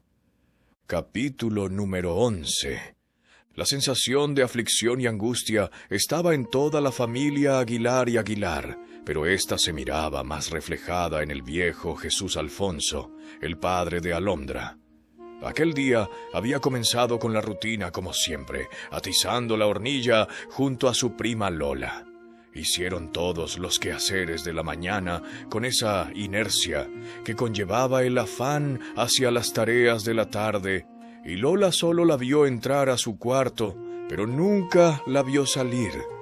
Le buscó por toda la casa y los corrales de los animales hasta que la delgada Lola había entrado en aflicción y se fue en busca de su prima a los tulares que por aquellos tiempos cultivaban su familia. Don Jesús Alfonso sintió que algo andaba mal. Tenía ese frío presentimiento cuando Lola se apareció por los cercos. Se fue junto a su sobrina y comenzaron a preguntar de casa en casa. Nuevamente llegó al rancho de los Guillén, porque siempre le despertaron desconfianza los de aquella familia, aunque él era el padrino del hermano menor de los Guillén. Viendo en los ojos de aquel hombre la desconfianza en su aflicción, Ovidio Guillén le dijo: Usted sabe, mi don Foncho, aquí en este pueblo nadie se atrevería a ponerle una mano a su alondrita. Aquí se le quiere y se le respeta. Usted sabe que yo a toda su familia le tengo buena fe. El mismo Ovidio y sus hermanos se unieron en la búsqueda, pero por más que hollaron los caminos y veredas más recónditas de este pueblo, nadie había visto a Alondra. Aquella mujer de 27 años era toda su vida, la niña de sus ojos. Como padre quería a todos sus 5 hijos, pero Alondra no era solo su primogénita, la única hembra, sino que además ésta, desde que entró a su adolescencia, tenía un enorme parecido a su madre, quien murió intentando parir a su 6º retoño. Alondra era esa conexión con su juventud, ese recuerdo que tenía de su mujer a falta de alguna fotografía familiar. Alondra le transportaba a ese pasado mágico. La muchacha era ese retrato. La angustia de don Jesús Alfonso trascendía en toda esta tierra, y conforme pasaban los días, las semanas y los meses, se fue haciendo a la idea popular, de alguna manera aceptándola, pues no tenía otra respuesta lógica la desaparición abrupta de su hija. Era la maldición lanzada por la Tina. Llegó hasta contemplar la idea de exhumar sus restos óseos y dejar que el mismo río se los llevara lejos de aquella tierra que siempre le brindó felicidad y esperanzas. Desde ese entonces la flacucha Lola se hizo cargo de los quehaceres de la casa de su tío, y desde entonces la corpulencia del viejo Jesús Antonio se fue reduciendo al igual que su alegría por la vida. Casi 2 años tuvieron que pasar para que aquel otro misterio de la desaparición de Alondra rodara los suficientes grados para encontrar la claridad. Nadie en la Esperanza ató cabos a la coincidencia de que Narciso Joaquín al igual había desaparecido de aquella tierra exactamente por los mismos días que a Alondra se la había tragado la tierra.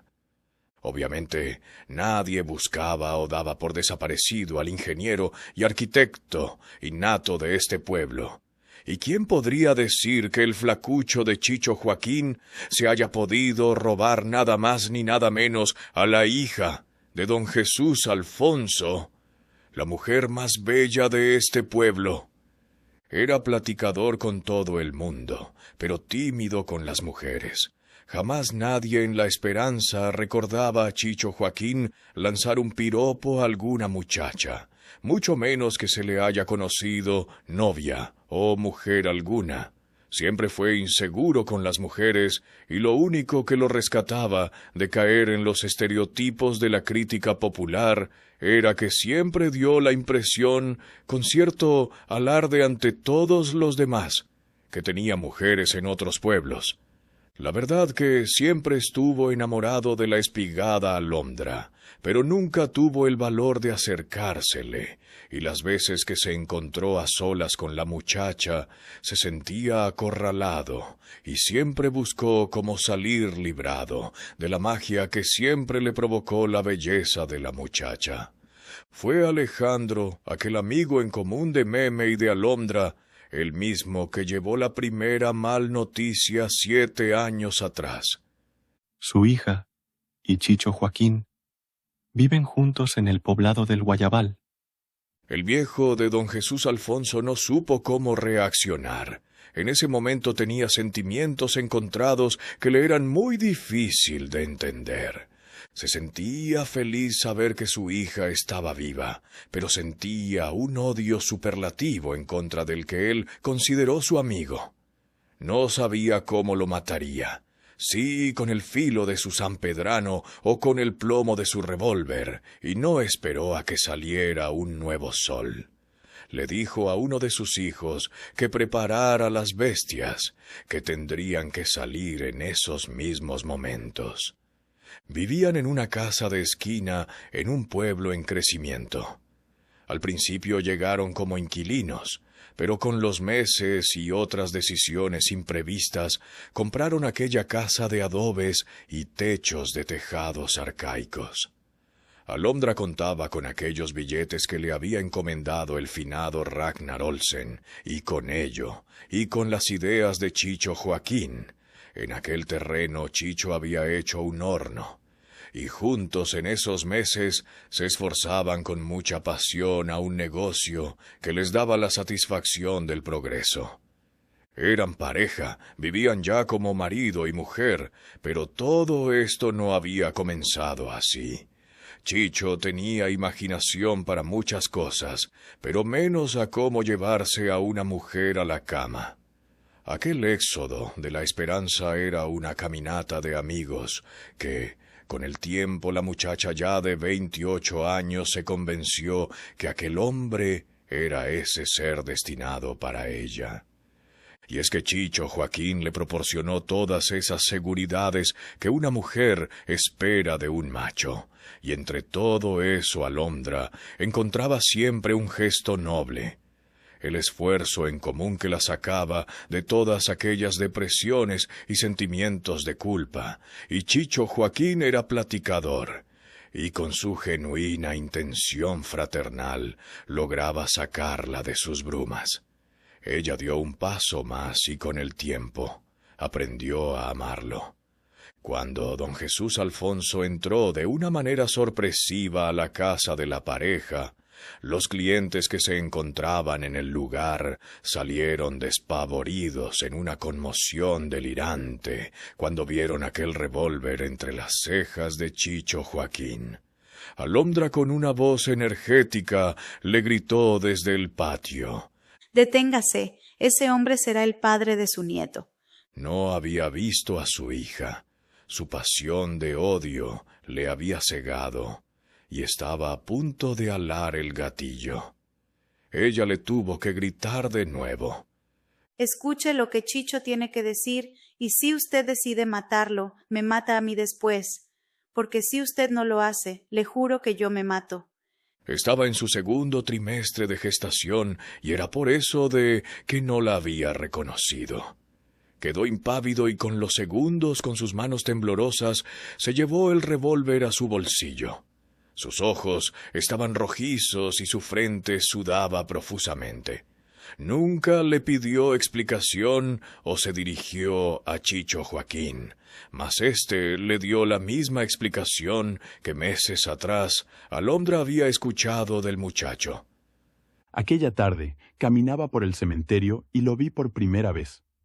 Todos hablaban de que miraban a Meme por esos lugares, y a mí nunca se me había aparecido. Iba pensando en él, cuando pasaba por el cementerio y por el palo de mangos, ahí estaba como esperándome. Me dio miedo, y por un momento pensé en echarme a correr, pero quizá él supo lo que pensaba y me dijo que no corriera, que solo quería decirme algo. Llévate a Alondra de aquí y no le digan nada a nadie, ni a su padre o hermanos. Solo así la Alfonsa será feliz, y que si alguna vez desea volver a casarse, que no lo haga. Es de esa manera que la tina mantiene ese conjuro, pues se mantiene por la ermita y escucha las amonestaciones. Llévatela y sean felices». Aquella explicación le pareció tan convincente a don Jesús Alfonso, lo mismo que en su momento le había parecido a la muchacha. Cuando Alondra había escuchado aquella frase de boca de Chicho Joaquín: «Llévatela y sean felices», se le había erizado la piel, pues algo similar le había dicho Ragnar Olsen cuando fue testigo de aquel hombre saliendo de su casa y que sangraba de la boca y nariz. Don Jesús Alfonso recobró la compostura escuchando aquellas palabras, y no tuvo otra que la de pedir disculpas y dar las gracias a Chicho Joaquín. Fue el secreto mejor guardado de todo aquel pueblo, pues don Jesús Alfonso había hecho jurar a Alejandro y al único hijo que lo acompañó en aquella tarde. No podría arriesgar el bienestar de su hija y que aquel rumor llegase al fantasma de la malvada tina. Borraba los pensamientos de su hija cada vez que pasaba por la ermita y dejó que su hija fuese feliz con aquel hombre que lo haría abuelo de 4 nietos. La verdad que aquella sorprendente anécdota era una invención del mismo Chicho.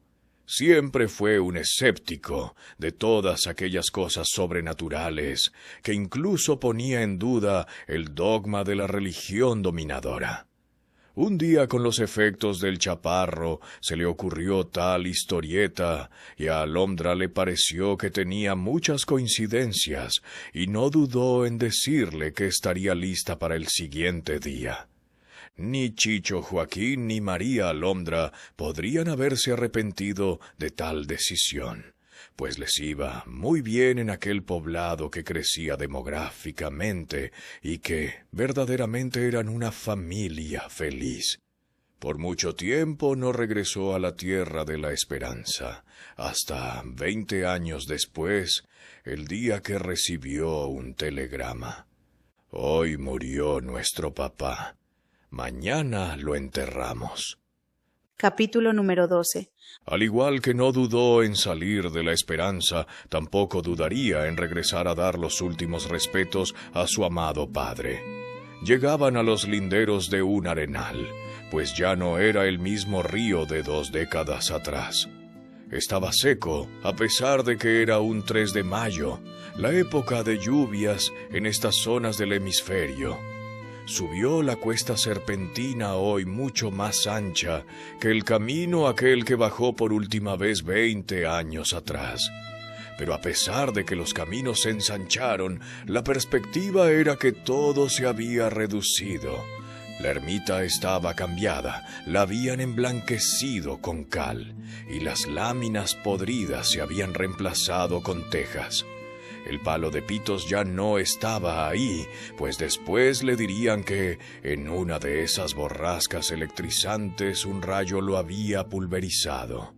Divisó la cruz y todas las cruces del poblado adornados con el colorido papel y frutos colgados. Desde ahí divisó los árboles de morro, el almendro y el paterno de su casa.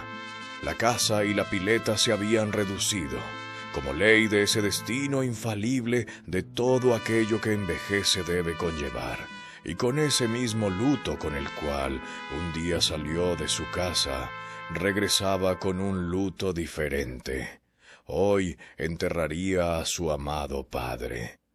La vieron entrar con la emoción del asombro, que incluso Alejandro, quien junto a un hermano de Alondra sabían de su existencia, tuvo la sensación de ver un fantasma. Lola y los demás hermanos de la muchacha quedaban anonadados, y los pocos que existían de aquella época y que tenían un vago recuerdo de ella, nunca imaginaron que se trataba de María Alondra Aguilar y Aguilar a sus 48 años. Llegaron justo minutos antes a que salieran para el sepelio, y Chicho Joaquín se unió al grupo de los que cargarían con un féretro de pino crudo en su color natural. Nunca había entrado a aquel cementerio, el cual hoy se divisaba con muchas más cruces en las tumbas.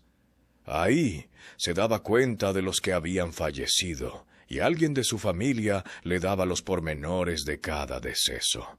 De esa manera se daba cuenta de la forma trágica de la muerte de algunos de la familia Guillén, y especialmente la de Ovidio. Los primos hermanos de la finada Anastasia Martina Joaquín Vivas habían crecido, y por cuestiones del destino se cruzaron en una de esas afrentas a los Guillén. Marcelo Vivas pertenecía a las autoridades del orden, grupo paramilitar que por esa época se conformaba en un poblado en crecimiento como La Esperanza. A Marcelo los del gobierno le habían dado un fusil checo de la Primera Guerra Mundial, que incluso ya en esa época de los años 50 podría haber sido considerado una antigüedad. Un día se lo apuntó a Toño Guillén y le había soltado el tiro, dejándolo sin vida cerca de la cuesta de los Cercos. Ovidio Guillén y su hermano menor sacaron los fusiles requisados a aquellos dos guardias, que un día llegaron a arrestarlos y acribillaron a balazos a Marcelo y a uno de sus hermanos. El siguiente día, las dos familias se encontraron en el cementerio, enterrando a sus muertos, y se volvían a agarrar a machetazos. Todos los hombres mayores de ambas familias quedaban mal heridos, que el siguiente día solo las mujeres debieron cargar a sus muertos, pues nadie más quería participar en los sepelios. Entre ambas familias ocupaban 9 tumbas en solo 2 días. Vio la tumba de don Locadio, y que cuya muerte por diagnóstico de la niña Chepita había ocurrido por empacho. La muerte de su esposa Conchita. La bruja dijo que era uno de esos males ancestrales, y no porque había envejecido y se acercaba a sus 90 años. Solo la misma Chepita había muerto porque era el llamamiento del mismo Dios, según afirmaba la hija de la misma bruja, quien había heredado aquel estatus. Alondra contemplaba las tumbas y por primera vez se acercó a la de Meme y la de Martina, y a cada una les depositó algunas flores. vio el árbol de mango majestuoso en el cerco del cementerio, el cual estaba sobrecargado de frutos verdes, y todo aquello hizo que madurara la emoción de la nostalgia, y recordaba su adolescencia, creciendo entre todos estos que ahora ya yacían muertos. En mucho tiempo volvió a ver las piochas y palas miniaturas que llevó Ragnar Olsen como instrumentos de trabajo, pues las había dejado en el cuartucho de Bajareque tras una puerta donde vivió. Ella volvió a sonreír, no solo por las burlas que la gente le hacían al chelón, sino porque volvía a recordar a Moby Dick y alguno que otro cuento nórdico. Salieron del cementerio, y aquella noche vivieron el primer rezo con toda su familia y los nuevos amigos que habían aparecido por estas tierras. Salieron la siguiente mañana, con la promesa de volver a llegar para el rezo de los 9 días.